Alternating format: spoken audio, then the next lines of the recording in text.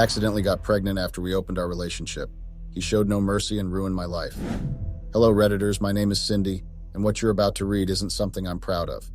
I hope people can learn from my mistakes, and also I ask, no, I urge you to not judge me too harshly or be put off by my story because of my sin. It all started when I met Joshua. Joshua and I had been dating for a year and things were looking great, well, sort of great. If you can call a declining or dwindling level of emotional connection great. We were quite bored, and we both equally craved excitement, so we decided to come up with a plan, a contract of sorts to relieve ourselves of the boredom and lack of excitement. We just wanted to spice up our relationship and stuff like that, so our little contract came into existence. The contract was a simple one to a certain degree. We agreed for our relationship to become an open one, where we could see other people, like date them and get to know them, forge emotional bonds, but we would have to respect certain boundaries and ensure that our other partners were made to be aware that it would be an open relationship and that we had other partners other than them. But the contract limited Joshua and I from having more than 2 partners. One more thing in the contract was that on no account should we have children with the other partner, and that even if we were to get intimate with our other partners, we would need explicit consent of our original partners. That is, if I wanted to get intimate with another man, I would have to get Joshua's consent. And if Joshua wanted to get it on with another woman, he would need my own consent first. So the deal was struck and the contract had been signed by both of us. Of course, there were penalties for breaking any of the clause or rules in the agreement, one of which was an immediate dissolution of I and Joshua's official relationship, and also the calling off of our engagement too. But the other penalty was withheld to some degree. That is, if I broke the contract, Joshua would issue the second penalty according to how much of a punishment I deserved, or my offense called for, and vice versa with me doing the punishment. Joshua had told me that if I were to break the agreement, his punishment would be cruel, extremely brutal. And looking back now, I should have taken it more seriously. I should have been more terrific rather than giving him a gentle smile and telling him not to worry too much, and adding that consent was always a phone call away, and that if anything were to be going wrong, I would definitely tell him. He agreed, of course, but I should have taken him up on that offer now that I think about it. I met someone, Paul, at a friend's housewarming party. A friend of mine and her husband had just gotten a house of their own, so they threw a party to celebrate the milestone, and I was invited by my friend, who was so excited to have me there, and I agreed to go, at least for her sake, and congratulate her on the new house, and I had gotten a little something out of my courtesy attendance that day. You see, Paul was a model gentleman, almost able to put Joshua to shame in terms of manners and social etiquette. I mean, he knew how to approach a woman without tickling her off, and also how to strike a conversation without sounding like he was a haughty bastard that bragged about personal accomplishments and whatnot. He was an ideal gentleman, so I agreed to accompany him for the evening.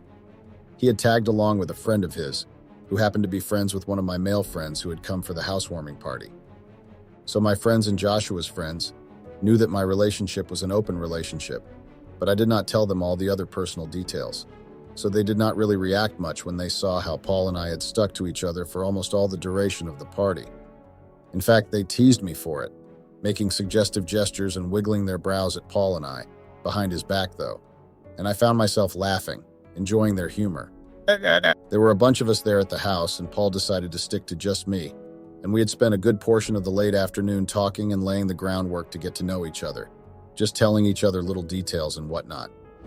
Just as Paul stepped away to grab us new bottles of drinks, beer for him and a soft drink for me, Paul's friend walked up to me and leaned forward to whisper in my ear. The man told me not to forget about my contact and that I should be wary of the kind of relationship I want to have with Paul. I was shocked, but I swallowed it down and cooled my expression before confidently telling the man that I would get to that in a moreover private setting, because I did not want to spill too much details about my contract to my friends, and that I would not tell Paul too much as well. The man nodded and walked away, not before giving me a smile of approval, and then he was gone, leaving me to wonder how he was aware of my relationship with Joshua, and I did not know him. What also struck me was how he was aware that I and Joshua's relationship was just not an everyday typical open relationship, but rather a consensual contract with 2 parties that would be responsible for a breach in contact should it ever happen. I had no idea that this strange man was right. He had seen my downfall coming and had only given me advice to try to stop it somehow. He was a friend of a friend, though, and I could tell instinctively that he did not really have any ill intent towards me, and I was grateful for that. So that was how Paul and I started dating, and of course, that was after I had told him that I wanted an open relationship. to which he readily agreed, saying that it did not matter because he had found a woman he felt he could love, so the nature of the relationship did not matter as long as he liked me enough. Of course, I told Joshua that someone had expressed their interest in me, and I had given him Paul's name and age too, to which he agreed and told me that someone had caught his eyes as well. I congratulated him, though it felt sort of awkward, and he accepted it, reminding me of the rules we had agreed on, and I told him that I was aware. Paul was a wonderful person, and he was serious about winning my affection, despite my having another serious partner. I remember that I had asked him if he wanted a serious partner, and he replied saying that it was possible to feel genuine affection for more than one person, and both of us being in an open relationship proved that to be true. He further said that he would prefer to have another partner after he and I solidified our relationship. Paul and I spent around 2 months talking and getting to know each other before deciding on what we would be doing next, while my relationship with Joshua took a new turn as we learned new things, tricks and treats from our respective partners, things that we incorporated in our relationship to spice things up for us. Paul was just as good as Joshua, and I could not help but feel like I had lucked out somehow, finding such a compatible partner in such a short time, rather than having to go through the stress of going through plenty of partners to find the one that was just right for me. Paul made sure to spoil me with attention, and surprisingly, more attention than what I was used to receiving from Joshua, my fiancé, and I was gradually getting hooked. I dreaded the day when I would have to inevitably end things with Paul, and I think Paul must have sensed my distress too. We had gone out on a nice date at a high-end restaurant, and we were talking over dinner and champagne when I started to have those thoughts about how it would go when it was time to end things with Paul and go back to Joshua. Like some sort of psychic, Paul was quick to notice a shift in the mood. He could sense that my mind had wandered, and when he asked, I quickly admitted that I was distracted, and he wanted to know what was distracting me. I told him that I did not know how to progress with our relationship in such a way that the both of us would be able to part without hard feelings and regrets. And Paul, after looking at me, no doubt critically thinking over what I had just said, chuckled lightly and admitted that he had been thinking the same thing, but he had pushed it to the back of his mind so that it would not ruin our date. I could feel myself getting embarrassed for thinking so hard and ruining the nice mood we had going at dinner. Paul assured me that he would be understanding and would not cause trouble for me when the time came for our relationship to end. He said he also did not want hard feelings or bad blood between us, so he would accept the end of the relationship with an open mind and heart. I felt like my heart skipped a beat at his words, tears welling in my eyes at the thought of having the attention of such a gentle, sweet, understanding man. I felt so silly that I burst into soft peals of laughter and almost choked on giggles. Paul took one look at me and told me that my smile suits me more than I thought, all with a smile on his face, and I felt myself falling for him all over again. We began to meet somewhat regularly after that particular date where we sort of poured out our hearts to each other. My Wednesday and Thursday evenings were mostly spent with him, while my Fridays and my weekends were all reserved for Joshua. I had to give him the majority of my attention for obvious reasons. I had explained all of this to Paul, explicitly stated it when Paul had expressed his intention to go out with me, and he agreed. Now you see, my lies started with the heart-to-heart talk I had with Paul that night. I did not tell Joshua about that particular talk because, one, I was embarrassed that I had cried in front of Paul, and secondly, it felt weird to tell my fiancé about the sort of heartfelt conversation I had with another man. I was uncomfortable with sharing that sort of intimate moment with Joshua, the way I felt uncomfortable telling my intimate moments with Joshua with Paul. As I said, Paul and I began to meet regularly, talking some more and sharing laughs too. We had gone to a carnival one time on a Wednesday where I had a day off, and we got stuck on a Ferris wheel where we shared our first kiss since we started going out, and it was nothing short of magical. Cliché, but definitely magical. And we continued, going on strong too. Paul and I went out on dates when we could, and we shared kisses of varying intensities, and I was falling deeper. But I always consoled myself with late-night calls with Joshua to remind myself that my main priority should always be my fiancé. It was around 4 months into the relationship with Paul that he had brought up intimacy, and while I was skeptical about it, I knew it was pretty much about time we took things to second base and got down to that part. I had told Paul that I would have to talk to Joshua because that was what Joshua and I agreed to when we decided to carry on with the relationship as an open one, and Paul had excitedly told me that he had no issues with it, that it was important that I tell my first and original partner about it, and while I was taken aback, I was still grateful that Paul was understanding enough to agree to something like discussing intimacy with another man. Joshua had no problems with it and said it would be fine as long as there were contraceptives involved, something which I readily agreed to, quietly, so as not to appear too eager to get it on with another man. I sort of pinned Joshua down and had my way with him, a sort of reminder that he was the only one that really had me and that Paul was temporary. Joshua told me that it was a trivia thing, that I was his already and I knew that I was his entirely. So Paul and I eventually fell into bed, and we used protection, of course. He was up to standard, not that I had much to compare, having only really been in relationships with some guy in college, Joshua, and now Paul. But he was quite the energetic steed. I mean, he had me making sounds I was certain only Joshua would be able to pull out of me, but he was doing so, and almost as effortlessly as Joshua could. Of course, the protection and contraceptives stayed, despite how good Paul's bedroom game was, and no matter how much bliss I felt. I did not intend to take such a risk because I was blinded by pleasure. But you know how it goes sometimes? Mother Nature not really being one to tolerate being cheated, so she liked to intervene sometimes. Not that it was too bad.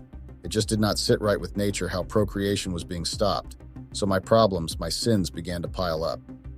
So Joshua was aware whenever I was getting intimate with Paul, and I also knew when he was doing anything with his other partner, though not every time, but close enough. And it was because of this that I decided that I'd just do it once without his knowledge, and just tell him about it later and apologize too. So Paul and I were intimate around twice without me giving Joshua a prior notice, but I notified him of every other encounter afterwards. I had known something was going wrong when I had started to fall sick barely 6 months after going out with Paul. I was running a fever and my whole body ached. I felt so sluggish and I wanted to just curl up into a ball and die because of how awful I felt. I felt this way for a good 1 full week. I did not want to think about whatever my mind had supplied as a possible cause of the sick feeling, but I would definitely go to the hospital for a checkup or two. I could not wait for Saturday to roll in so I could go to the hospital and run some tests. I quickly got dressed on Saturday after my morning routine and chores and shot a quick text to Joshua telling him that I was finally going to the hospital for a checkup, as I had already told him that I was feeling sick initially. Joshua had asked me if I was faithful to our agreement on one random evening where we had gone out on a date. This was after I had been to the clinic and I had found nothing wrong with me, the doctors attributing all my symptoms to stress and anxiety of sorts. His question had caught me off guard, and the intensity of his eyes and body language made me almost feel like he was on to me, like he knew something. But I quickly schooled my expression and went for a tired, honest-looking small smile as I reached out to grab his hand from across the table. I assured him that it was all right. I told him that there was nothing for him to worry about, but I was shaking down to my toes on the inside. My heart was racing and my breathing was slightly unsteady. I decided that I needed to go back to the hospital one more time, and it had been barely a month since I had gone in for a checkup after my week-long sickness. The next test showed positive pregnancy test results, which I doubted, and had the doctor do it over again. After 2 more follow-up tests, I was confirmed to be actually pregnant and a whole 9 weeks gone, 2 months plus, but my body looked like I was not pregnant. The doctor attributed this to the fact that it was my first pregnancy, and that I must have been living a very healthy and physically active life, so my body was adjusting to make the pregnancy bearable, as well as somewhat unnoticeable. I felt my world collapsing at the words of the doctor. I was in serious trouble, and there was no way to get out of this. I was so deep in thought that I almost drove past the area where I lived and had to drive back. I did not want Paul, and especially not Joshua, to know of this, so I drove back to the hospital without even getting out of the car.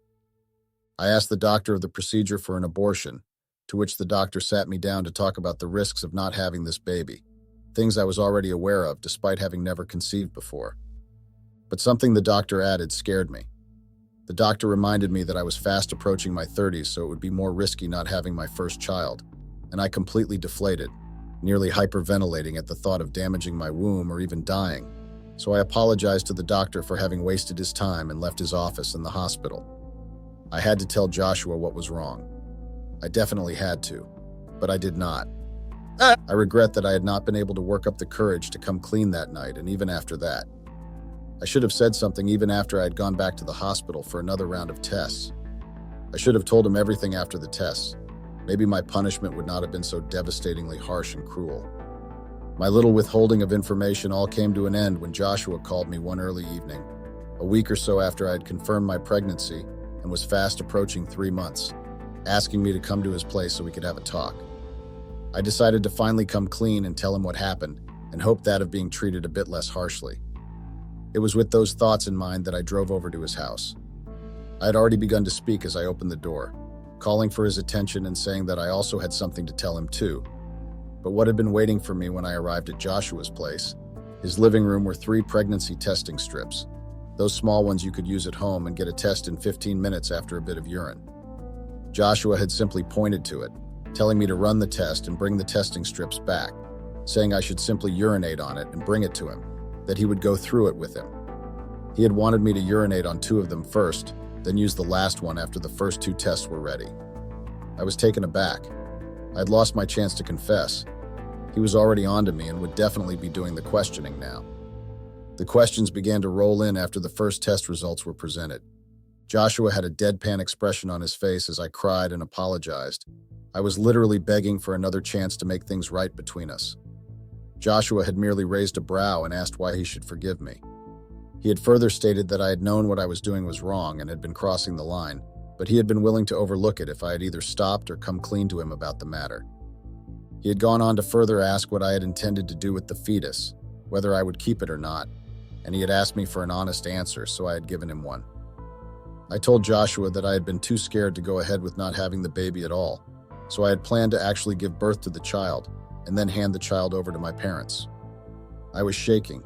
Whether from desperation or fear, I didn't have a clue, but I was trembling on my knees in front of my fiancée.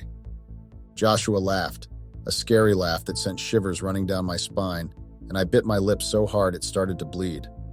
I was whimpering and I was absolutely terrified. Joshua gave me a look of pure disgust after he stopped laughing, and I flinched at the coldness in his eyes, the coldness in his tone. He said that it was something that could have been avoided if I stuck to the end of my deal, if I had just followed the rules. He told me that he didn't have a problem with me engaging with other men or going out with them. I cut him off and defended myself by saying I only saw one man, but he raised a questioning eyebrow at me, which shut me up and had me return to the floor, still begging on my knees. He cleared his throat before he corrected himself, stating that he had no problems with me sleeping with other men, and he was mad about it at first, but he got over it. Now he was downright disgusted with me, that I made the mistake of making love with another man more than once, and as a result I fell pregnant, and now I came to him, crying on my knees with a child in my womb from the very man I slept with.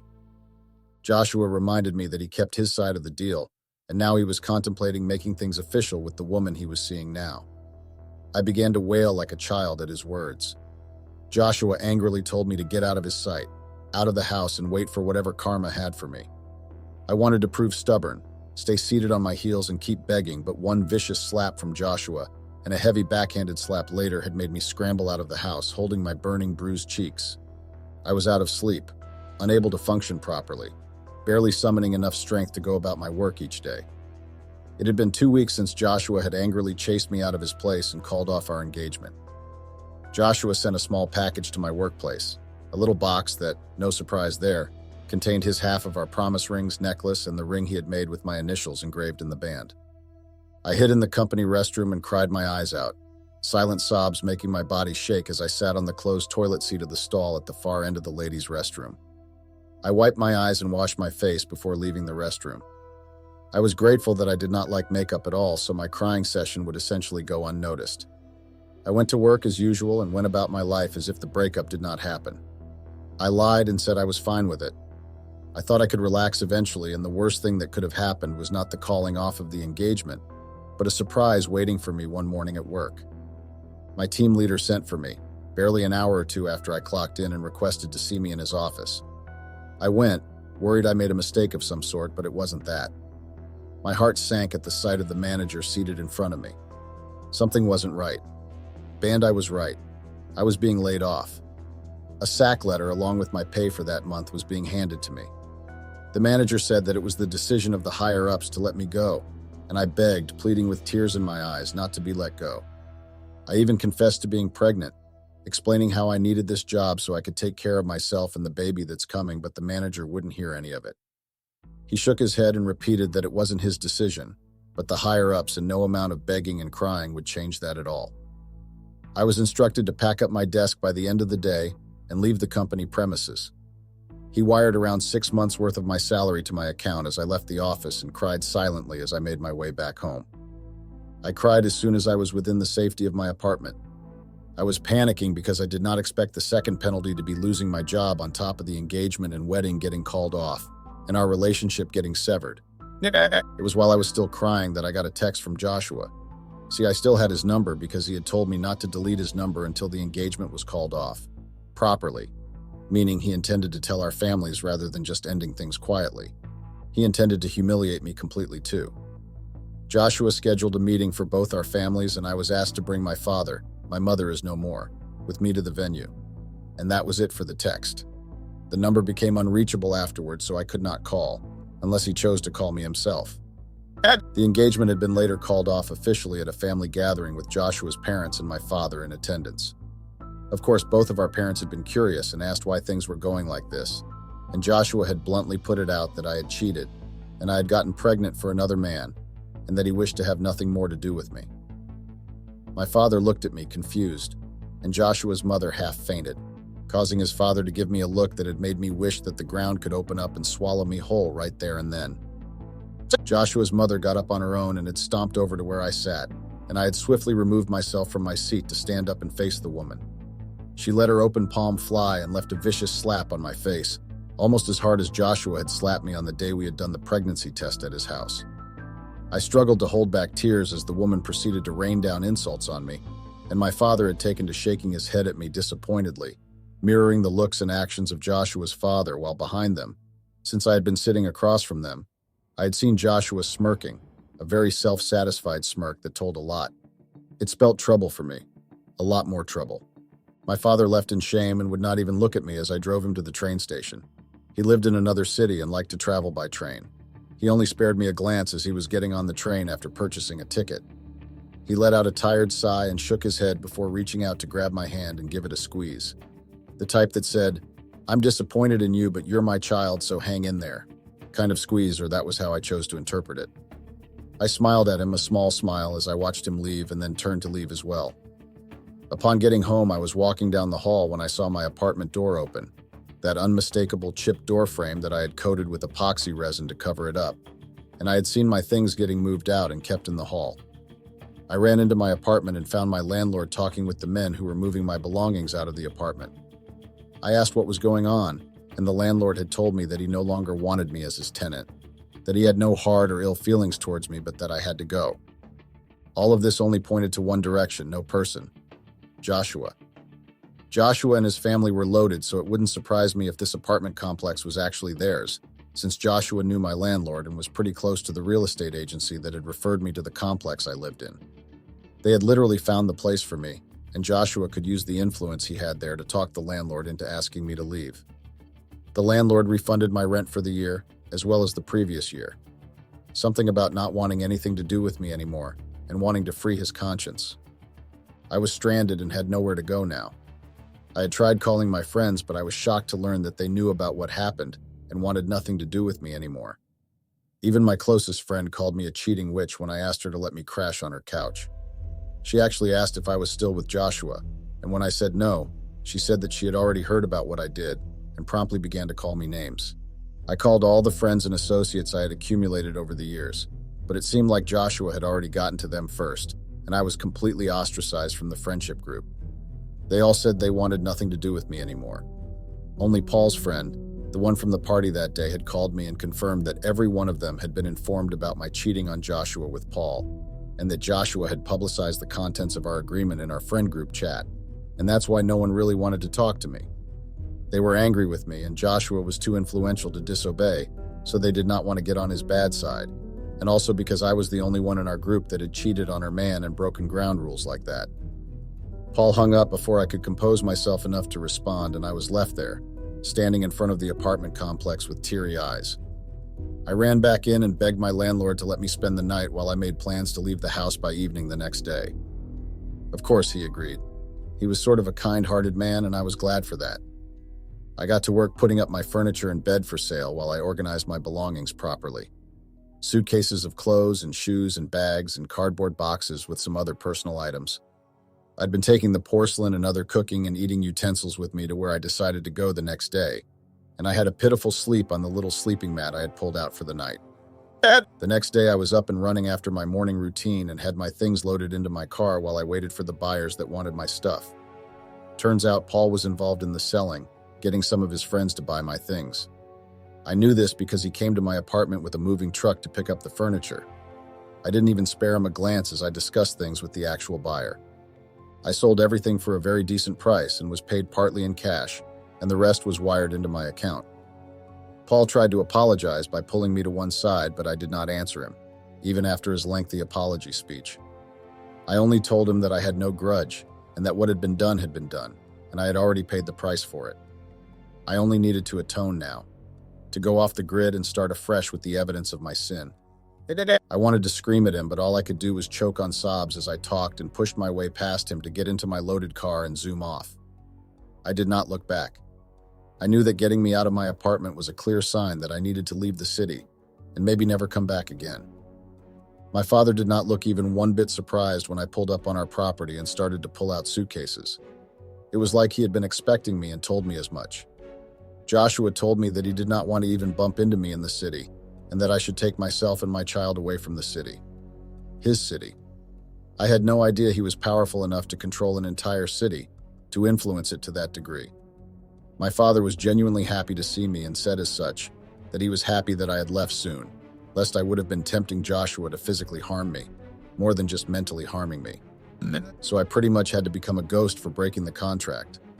I should never have agreed. I should never have fallen for Paul. I wish I had been strong enough to terminate the pregnancy. Maybe I would have received a lighter punishment. No, I should never have slept with Paul. Then I would have avoided punishment entirely. I regretted it, but I can't change anything now. Especially when I was disgraced out of my precious life that I had spent so much effort to build only to have it crumble in the blink of an eye. Update. So I later found out that it was my ex-boyfriend that had caused me to lose my job, and also made most of my friends to hate me because he told them what had happened. And with my job, Joshua had been friends with both the CEO of the company I was working in, as well as 3 of the managers, so he had called in favors and I had been let go. I'm back in my hometown to live with my father, my very sad and embarrassed father who was ashamed of me initially, but then came to pity me after everything. After all, a parent can't hate their child. I received a wedding invitation around 4 months after I'd relocated, and it was for a very grand wedding with a very familiar name. Joshua was getting married to the very woman he had been seeing after our relationship became an open one, and attached to the letter was a hospital-issued pregnancy test result stating that she was 3 months pregnant. I broke down and cried. He proposed after our breakup, and he had gotten her pregnant to seal the deal, and now he was rubbing his success and happiness in my face. It was definitely karma, and it was my due. Even the small good riddance letter attached to the invitation did not hurt as much as my guilt. I got a job at a small company in my local area, and I'm getting by, and I hope it works out. I will have my baby soon too, and I will try to get better. I can only hope that Joshua did not have any more punishments for me now that he was married, and that I could finally have a little breathing space. I hope people can learn from me. Deals are meant to be kept, no matter how tempting breaking it may sound. It is not worth it in the end because karma is cruel.